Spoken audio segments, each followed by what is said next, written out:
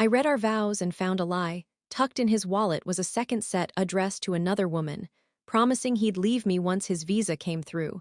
He'd mapped out my schedule so they could escape to Australia with both our passports. When I confronted him, he said, "You were never supposed to look," and walked out smiling. Until I called immigration and watched his world crumble. I was sitting on the cold tile floor of our tiny apartment in San Diego, my back against the cabinet where he kept all his important papers, holding the one thing that made my hands shake so hard I almost tore it in half.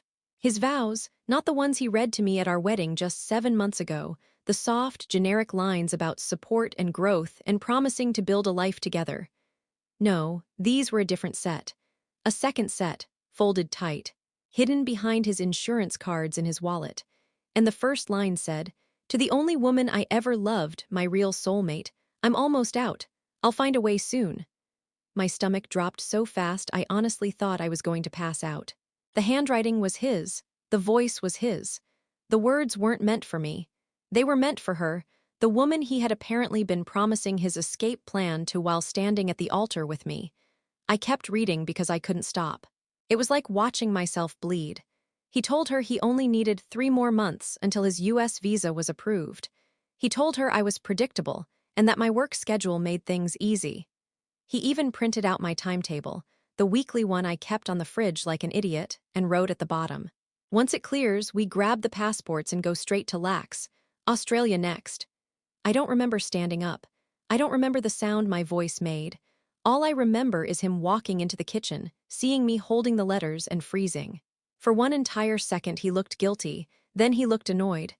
"You weren't supposed to check my wallet," he said, like I had done something criminal. "That's on you. That's on me." He tried to snatch them from my hands, but I pulled away, and he suddenly grabbed both our passports off the counter. The ones we left out because we'd just flown back from seeing my family, and shoved them into his jacket. Then he walked out. No emotion, no stumbling, no shame, just walked out of the apartment like he had somewhere better to be. My mind spun. I didn't know where he was going, if she was waiting, if they were about to run, if he still planned to use my address and name in the final visa review that was happening any day now. All I knew was that the man I married wasn't just cheating. He wasn't just lying.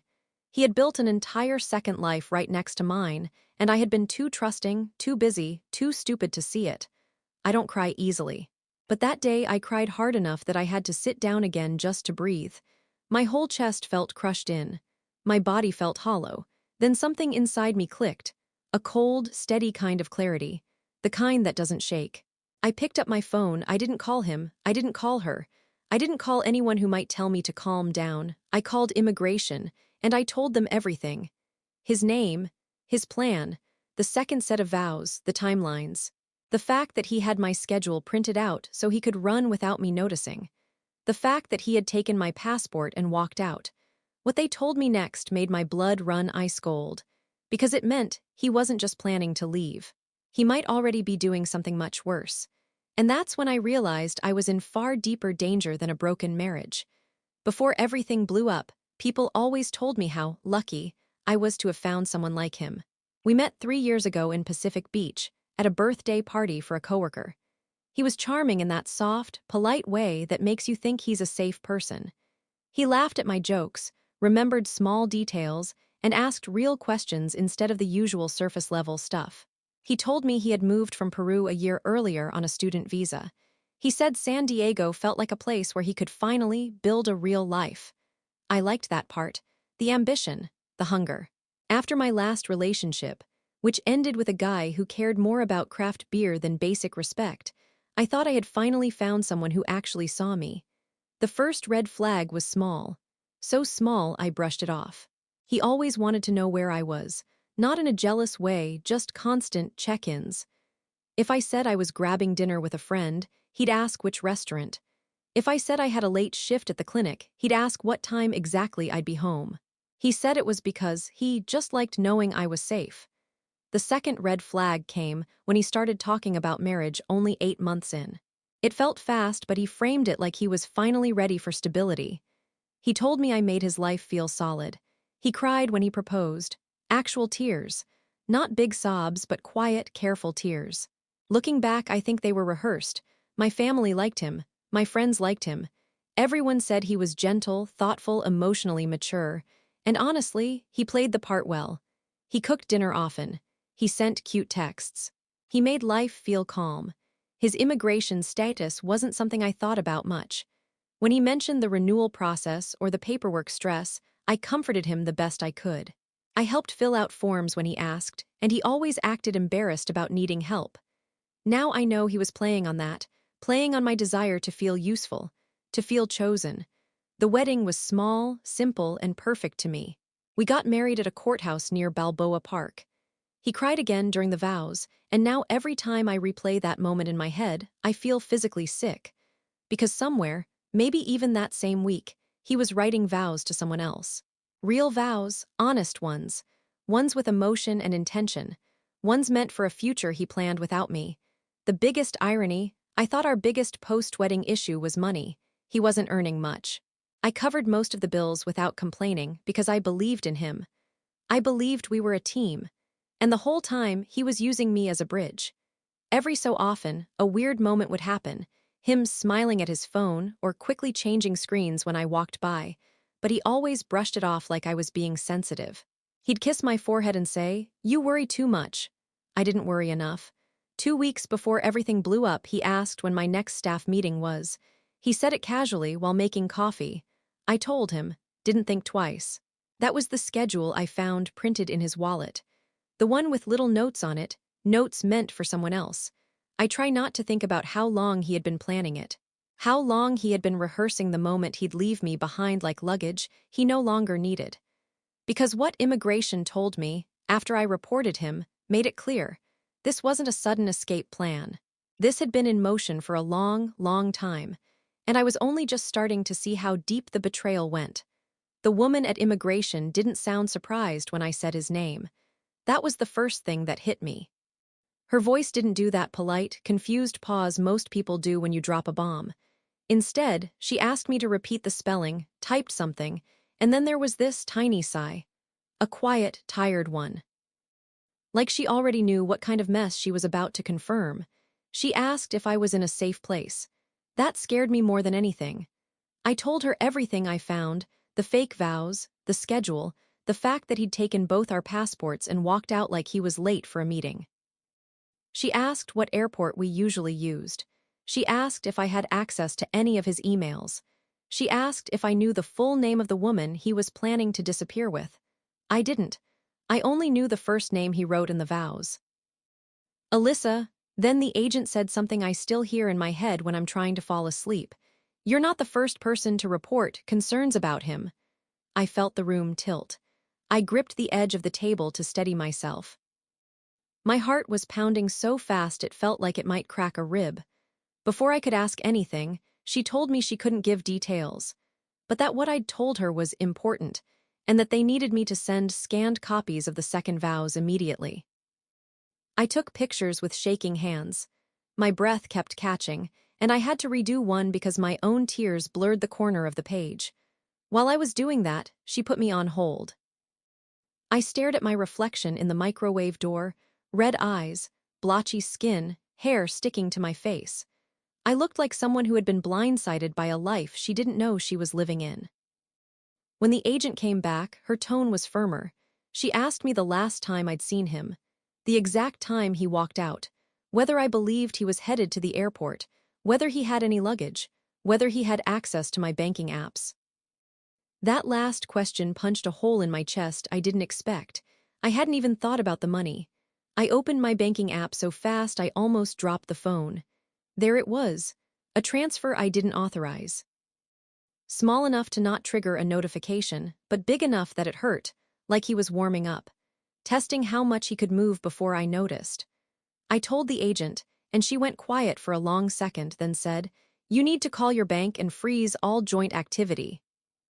Now, it felt unreal, like I had woken up inside a different version of my own life. I hung up and called the bank, froze everything I could, requested a new card, changed passwords, locked down my email. Removed his access to our phone plan. Every action felt frantic and humiliating and shaky, like trying to put out a fire with trembling hands. In the middle of all of that, I texted him. Just one word, why, delivered, read. No answer. That almost hurt more than the vows themselves. It was around 11 p.m. when my doorbell rang. The knock was sharp and impatient, like someone who felt entitled to come in. My stomach twisted. I grabbed a kitchen knife without thinking.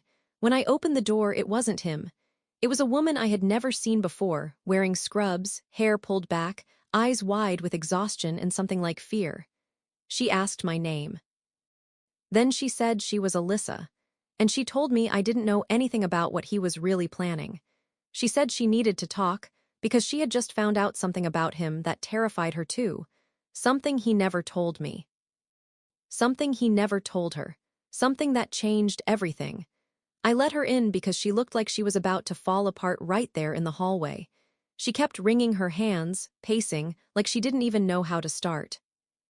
I didn't offer her water, I didn't sit down. I just stood there, gripping the back of a chair, waiting for her to talk. And then she said it.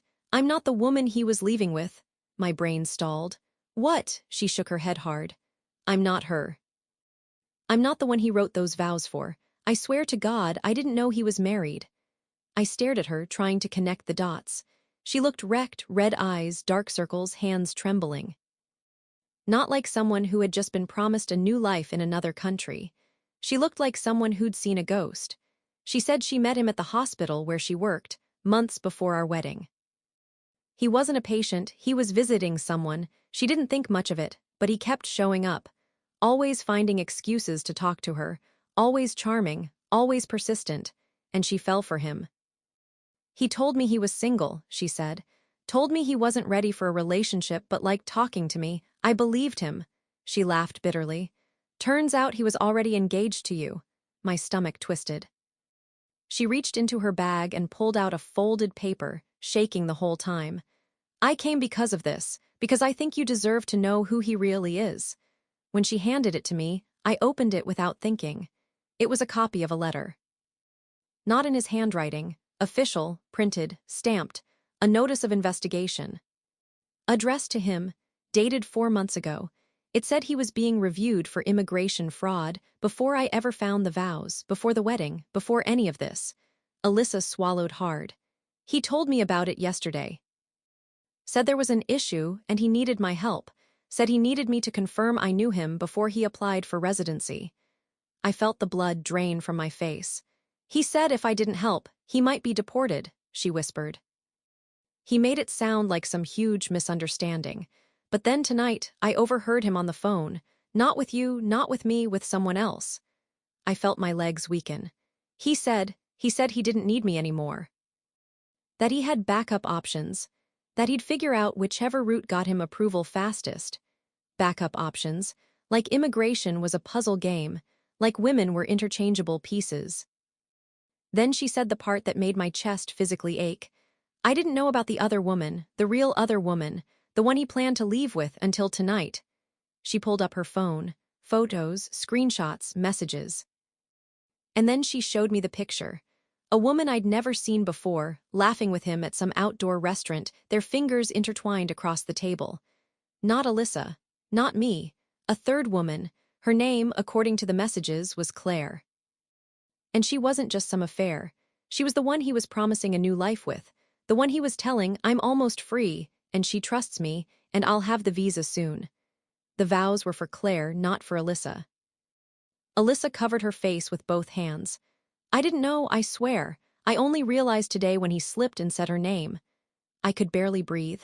My husband had been juggling 3 lives, 3 women, 3 stories, 3 exit strategies. I thought I had hit the bottom of the truth that afternoon, sitting on the tile floor with the fake vows in my hands. But now I realized I had only been scratching the surface of something much darker. And Alyssa wasn't done. Because when she looked up again, tears streaking down her cheeks, she said, there's something else. Something I found in his car on the way here. Something that made me scared for both of us. She reached into her bag and pulled out a zippered pouch. Inside was something small, cold, metallic. Something I recognized immediately because it belonged to me. But I hadn't seen it in weeks, and there was no reason in hell for it to be in his possession. My breath caught in my throat. Alyssa whispered, I think he had a plan for you too. I stared at the pouch in her hands. My fingers felt numb, like my body already knew what I was about to see before my brain caught up. When I unzipped it, something hard and familiar slid into my palm. My spare apartment key. The one I thought I'd lost 6 weeks ago. I froze. Alyssa watched my reaction and nodded slowly, like she had been bracing for it. It was under the passenger seat, she said. Along with a little notebook, I read it. I'm sorry, I didn't know what else to do. My stomach twisted. What kind of notebook? She swallowed. A planner with dates, notes. Things that involved you. I opened the pouch fully and there it was. Small, black, plain, like the kind you buy at CVS for $5. Inside, my schedule, my habits, descriptions of my building's entry points. Times I usually showered. What days I worked late. Even the stupid detail that I always took out the trash in the morning instead of at night. And next to certain dates, in his handwriting. Good day, should be easy. Wait for confirmation. My throat closed. This didn't look like a man planning a breakup. It looked like a man planning an exit where I wouldn't get in the way. Alyssa sat down hard on one of the kitchen chairs. I don't think he was just planning to leave you. I think he was prepping for something else, something he didn't want you to interrupt. I felt a wave of cold crawl over my skin. My vision tightened at the edges. He has both our passports, I whispered. Why take mine? Alyssa didn't have an answer. Her eyes just filled with the kind of fear you can't fake. That was the moment something shifted inside me. Not panic, not grief, not confusion. Something sharper, cleaner. It was the moment I stopped thinking of myself as a victim in a nightmare and started thinking like someone who needed to get ahead of a man who had been planning around me for months. Maybe years. I took a breath, steady and low. Okay, I said, here, what we're going to do. Alyssa blinked in shock. Wait, we? Yes, I said quietly, because he played both of us, and I'm not letting him win. The plan began forming even as fear still shook my hands. Step 1, call immigration again.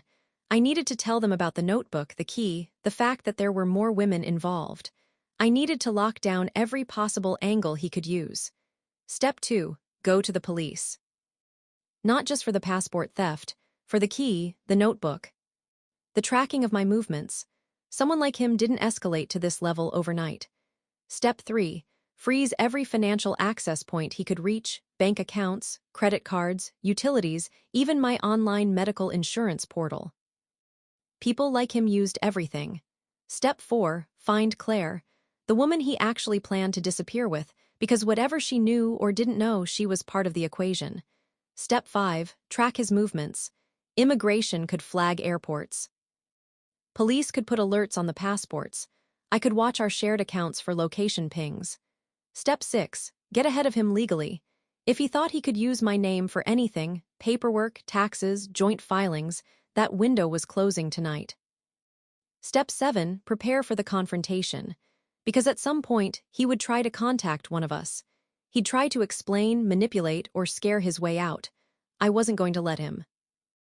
While I wrote everything down, Alyssa just stared at me like she was seeing a different person. Maybe I was. I wasn't crying anymore. I wasn't shaking. I wasn't begging the universe for answers. I was planning. At some point, I said, we're going to need proof, something big, something he can't wriggle out of. Alyssa hesitated. I think I might have something. His phone, he left it charging at my place. I was too scared to bring it, but he hasn't realized it's missing yet. My pulse quickened. His phone, his entire web of lies, every message, every woman, every date, every secret plan. And then she said the part that twisted everything again. There was someone else he was messaging, not me, not Claire, not even the woman in the vows. My blood ran cold. He called her the one who made all of this possible. I stared at her. Who the hell was that? Alyssa whispered the name like a curse. Someone I recognized. Someone who should have had no reason to be involved. Someone who had access to almost every piece of my life. And in that moment, everything in my world tilted again. Because I realized he didn't plan any of this alone. Part 6, the second unexpected twist when Alyssa said the name, I swear the room spun. It was Kayla. I just stared at her. Kayla, my coworker, my carpool buddy. My I'll grab you a coffee on my way in friend. The one I vented to when I thought my marriage was going through normal growing pains. The one who had access to my schedule. The one who covered shifts for me. The one who, apparently, wasn't just listening. She was taking notes. No, I said automatically. No way, she doesn't even know him like that. Alyssa shook her head. She knows him better than you think. The text said she was helping him navigate things.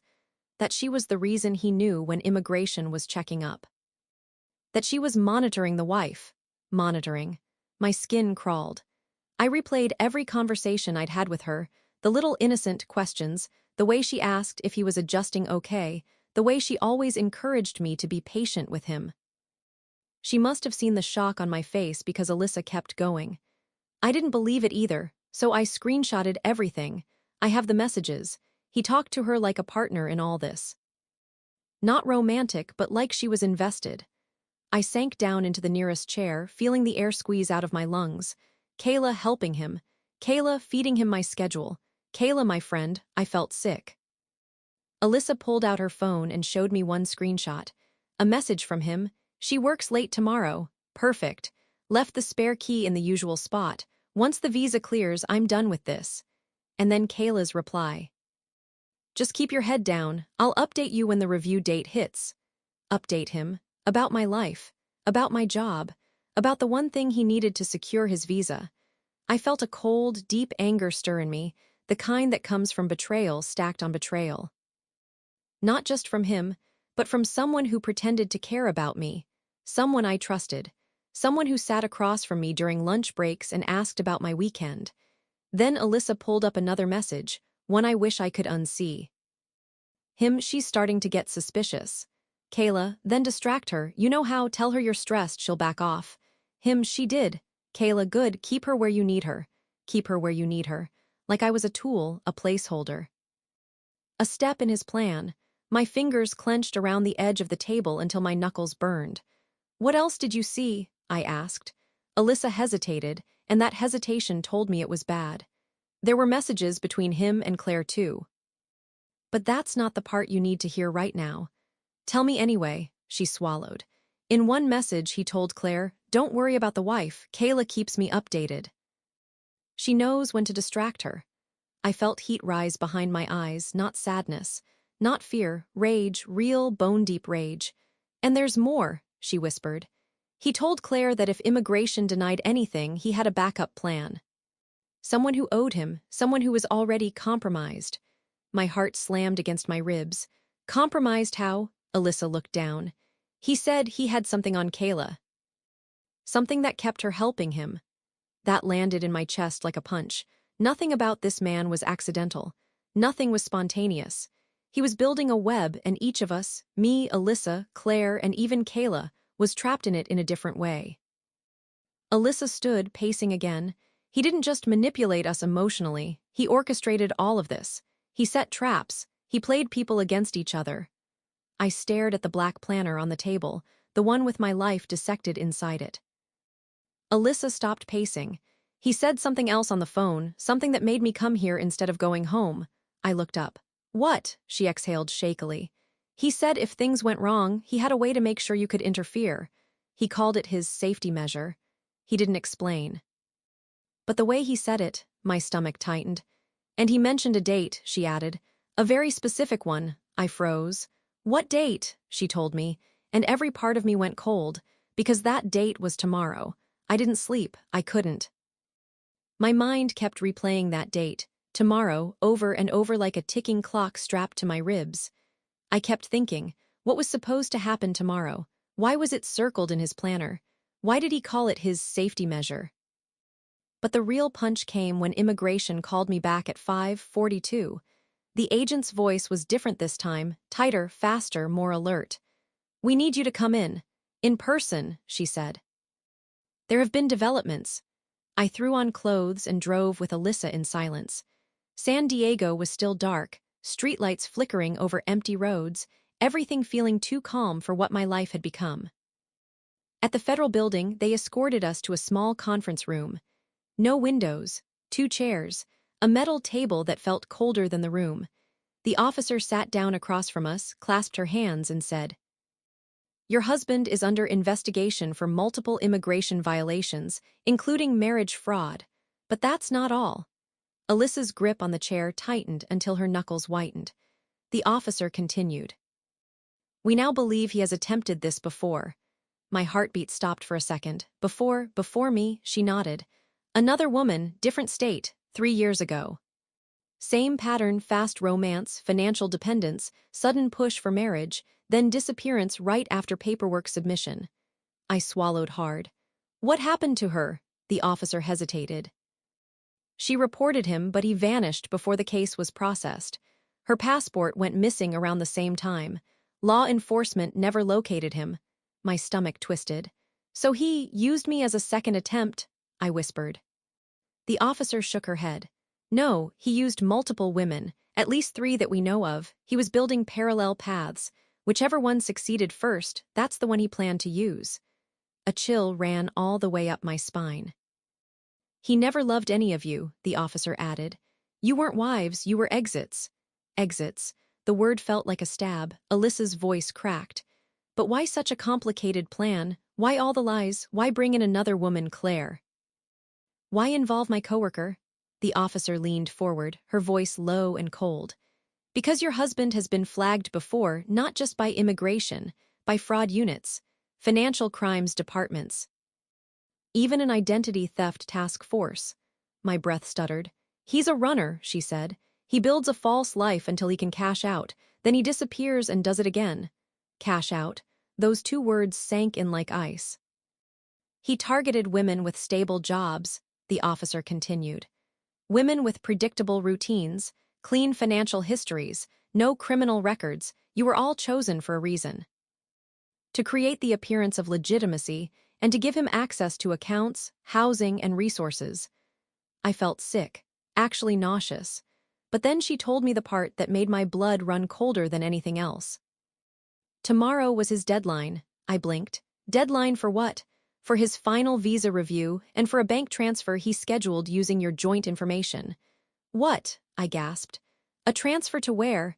She slid a printout across the table. A wire transfer set to go out tomorrow morning.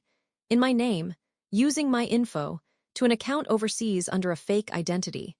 A transfer big enough to wipe out everything I had saved. If that money left my account, I wouldn't just lose my savings, I would be tied legally to international fraud. Alyssa covered her mouth with both hands. He was going to pin it on her, the officer nodded grimly. That was his safety measure. If immigration denied him, he had a way to make you look complicit, to make you panic, to make you too busy clearing your own name to interfere with his escape. I felt something inside me snap, quietly, cleanly, like a thread stretched too tight. I wasn't just married to a liar. I was married to a man who planned to ruin me as his exit strategy, to burn my life down as he walked away. The officer sat back. This wasn't about love. This wasn't even about the visa. This was about survival on his terms. He used each of you as leverage, as tools.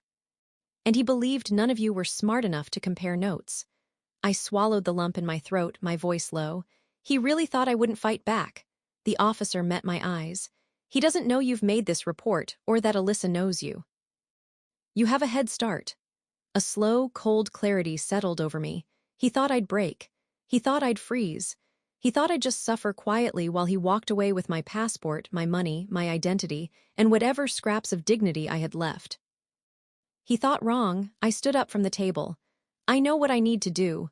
Because for the first time, I understood the full truth. His cruelty wasn't personal. It was calculated, strategic, deliberate, and that only made my revenge clearer. Sharper, smarter. Tomorrow was his deadline. Now it was mine, too. When I left the federal building, the sun was barely rising, this flat, gray light that made the world look dead and quiet. Alyssa walked beside me like she wasn't sure if she should speak. I wasn't sure either. My mind wasn't in that parking lot. My mind was already hours ahead, tracking his next move before he even made it. He thought tomorrow would ruin me, so I decided to ruin him today. The officer had given me exactly what I needed.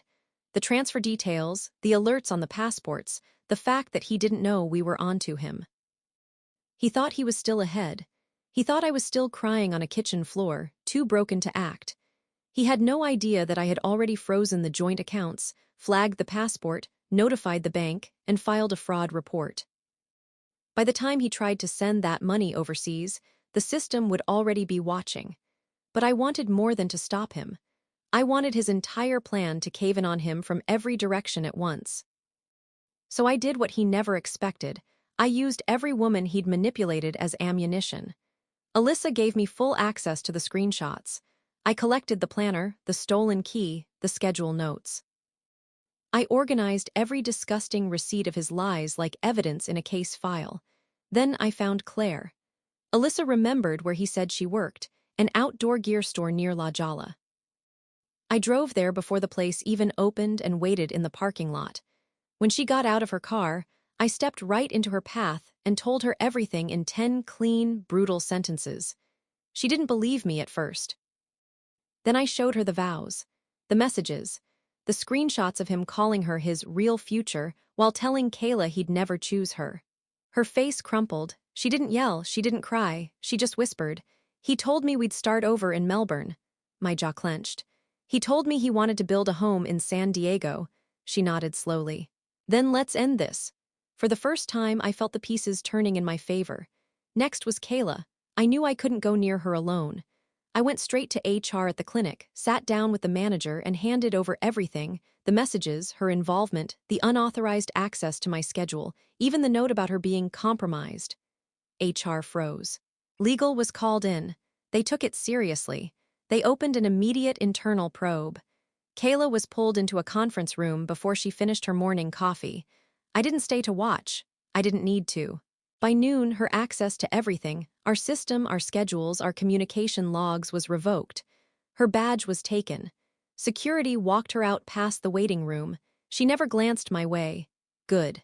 By 1 p.m., Claire had given her own statement to immigration, filling in details I couldn't. Alyssa submitted her screenshots. I dropped off the evidence packet containing the planner and the stolen key.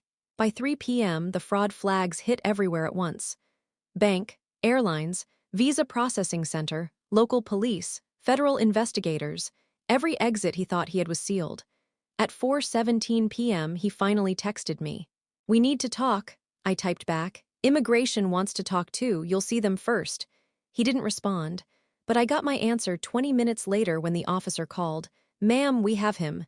He'd shown up at LAX. Right at the international terminal, with both passports, with cash, with a bag packed, with a ticket bought under a fake name. They arrested him before he made it to security. When I hung up, I didn't cheer. I didn't cry. I didn't shake. I just breathed deep, slow, solid. For the first time in months, maybe years, the air didn't feel tight in my chest. That night, I changed the locks. I took back my apartment, my name, my life. I made myself dinner, sat at my own table, and realized he had taken enough. He wouldn't take anything else. My final thought before bed was simple and sharp. He used me as a bridge, so I burned the bridge behind him. And honestly, it lit up the whole sky.